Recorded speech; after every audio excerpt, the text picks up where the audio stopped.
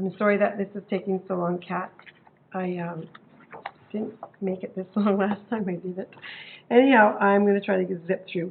I wanted to say about the near vision acuities that we would transfer the size and the distance into terminology for the report, saying that Susie can read a 2M letter at a certain distance, or she is able to identify a 2-inch yellow ball at a distance of 40 centimeters. So we would take all that information, and also that we would be placing, when I'm using the actual functional objects in the home, they're not just right in front of the central vision. They will be placed on that cloth, on that contrasting cloth in front of her.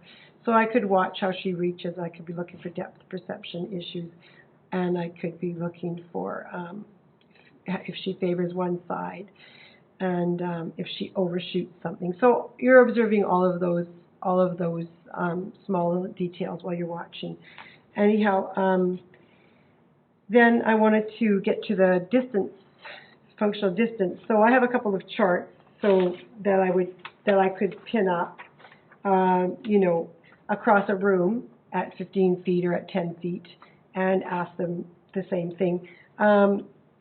You could use an occluder and occlude an eye, although I think for functional vision, we're looking at how they use the vision they have, and so they are using both of their eyes, and so I think I've read it doing it both ways. Is using I've read from Derek's class that we're going to use the vision that you have, so we're not going to cover an eye to do this test. So I would be asking them. So there's this test that we could use, the Lighthouse test or the Snellen test, and ask them to identify what's the lowest, starting at the top, what's the lowest line you can read, and then measure the distance that they are from the chart and look at the line and convert those numbers. Also, I want to do functional vision. I want to say to them, I've placed some items around the room of your house, and I want you to, tell me what you can see. Can you see anything yellow in this room? Can you see anything red in this room? So perhaps I've placed some red nail polish or a lighter, or I have in my little bag here, I have a razor. I could place a razor somewhere on a counter. I could place a nail brush, which can be washed in the dishwasher when you're done to sanitize it. Could place a nail brush. Now that's a white nail brush. I probably should go and buy a blue nail brush, depending on what if that is something that they might be using in their bathroom and looking for in their bathroom. If the bathtub's white, then this might not be the best nail brush. There's some Visine. Also, there's some pill bottles. There's just a number of different items that you might actually have in your house.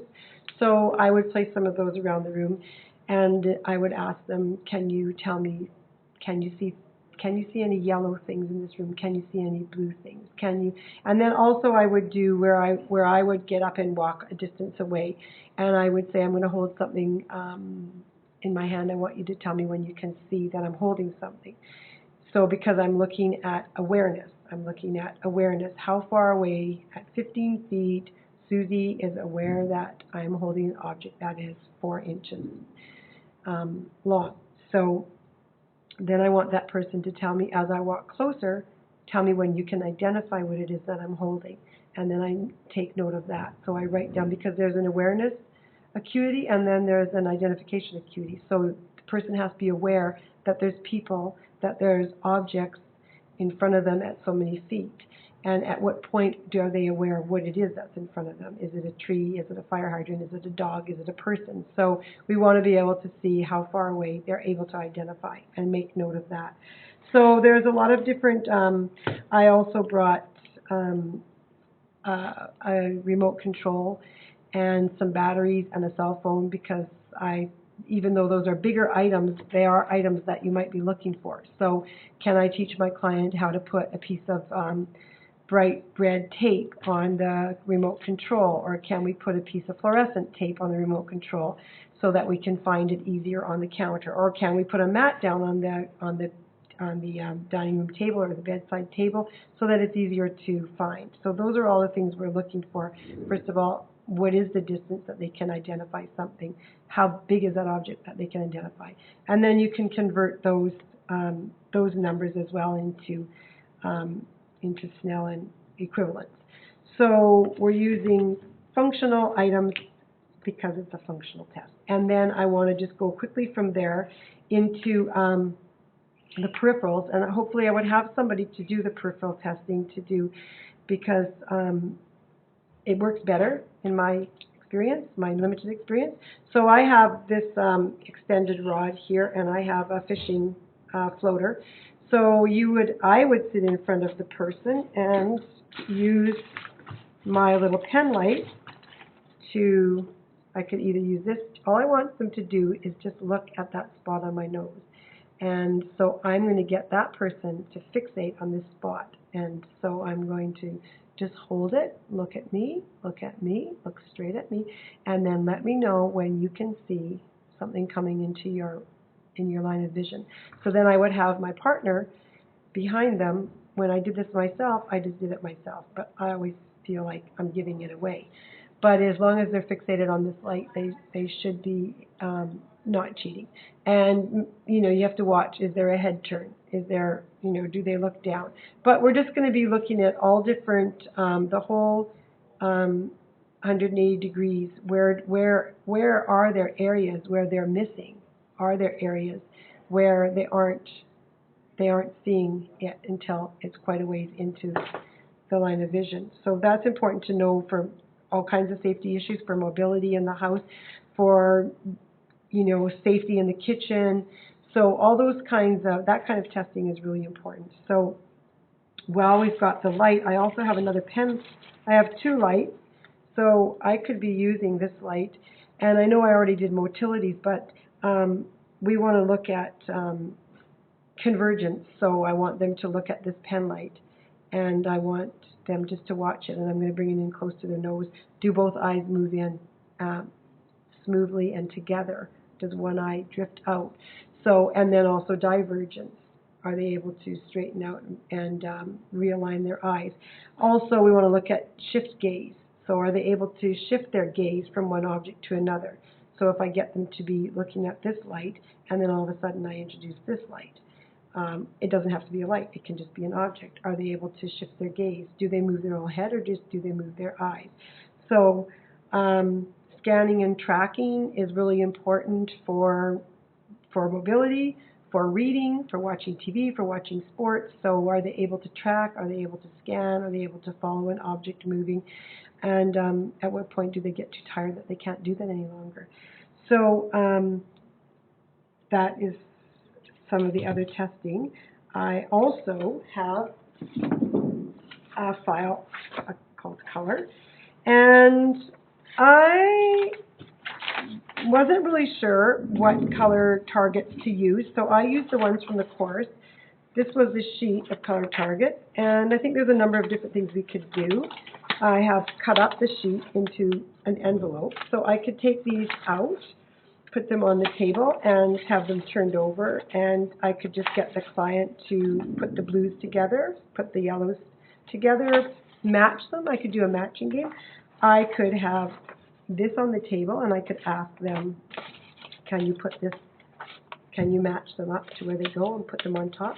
So I'm able to watch, first of all, if they're able to distinguish and identify the colors, I'm able to watch how they reach for something. I'm able to watch depth perception. I'm able to watch coordination. So you're able to observe a lot of things with that, and having an awareness of color vision is important for a lot of different aspects in functional vision, for dressing and for making food and for decorating your home and for mobility, crossing the street, recognizing, I mean, you know the lights because of the position, but also color vision has a lot of implications. I also wanted to point out that we have to be really, really cognizant and watching for the lighting situation, and be really aware of glare, and be really watching. And also I have in here a light because sometimes if I'm getting them to read something, now hopefully at their house they might have a lamp, and if they had a lamp, I would bring the lamp and position it behind their shoulder, and make sure that I have direct lighting, and because the direct lighting can make a huge difference. Now, if they didn't have a lamp, I don't know that this is the greatest, but I mean, just for somebody reading, and I did this in my functional vision assessment that I did, is when I put light on the piece of paper that I had this lady reading, it made a huge difference. She actually couldn't believe it, what a difference it made. And ever since then, when I see her, she tells me what a difference that she's changed all the lighting in her home, and she's added a lot of direct lighting. So you have to watch for natural lighting if you have the curtains open, because natural lighting can change, because if it's a gloomy day and it's a snowy day and it's a wet day, the lighting will be different. And also you have to watch for glare, and you have to watch for glare in a lot of different places in the house, in the kitchen, in the bathroom, on the floor, if they've got their floors so clean that they actually have a glare off them. It doesn't happen in my house. But anyhow, I'm trying to think what else I have to show you. Let me see what else is in my kit. I have some tape. I would like to get some bright fluorescent tape, and I would like to get some orange tape. I'd like to get some black tape, because I think there's a lot of uses for tape. The tape can also be used to hang up your charts across the room. But I just got this tape just because it's shiny, and I thought, just for showing contrast and for separating in a home, a counter, a drawer, a cupboard, a knob, it's just an easy fix. And so I also have a ruler, and a ruler can be used for measuring distance, and a ruler can be used for measuring the size of an object. So if I have this lighter, which is white, but it would go good on a black cloth, I can measure the size of the item and how far away it was that the person was able to identify it. I also have a measuring tape for distance, although myself personally, I would like to get one of those little electronic lasers that measures distance. I have no idea if they're good. Maybe after I tried it, I would like to just stick with something simple. I was thinking I brought the bright one and put it in here because I could get the client to help me. Could you hold on to this for a minute while I walk across the room? Can you put it down the floor? Can you put it on the edge of the wall? Can you put it where the wall meets the floor?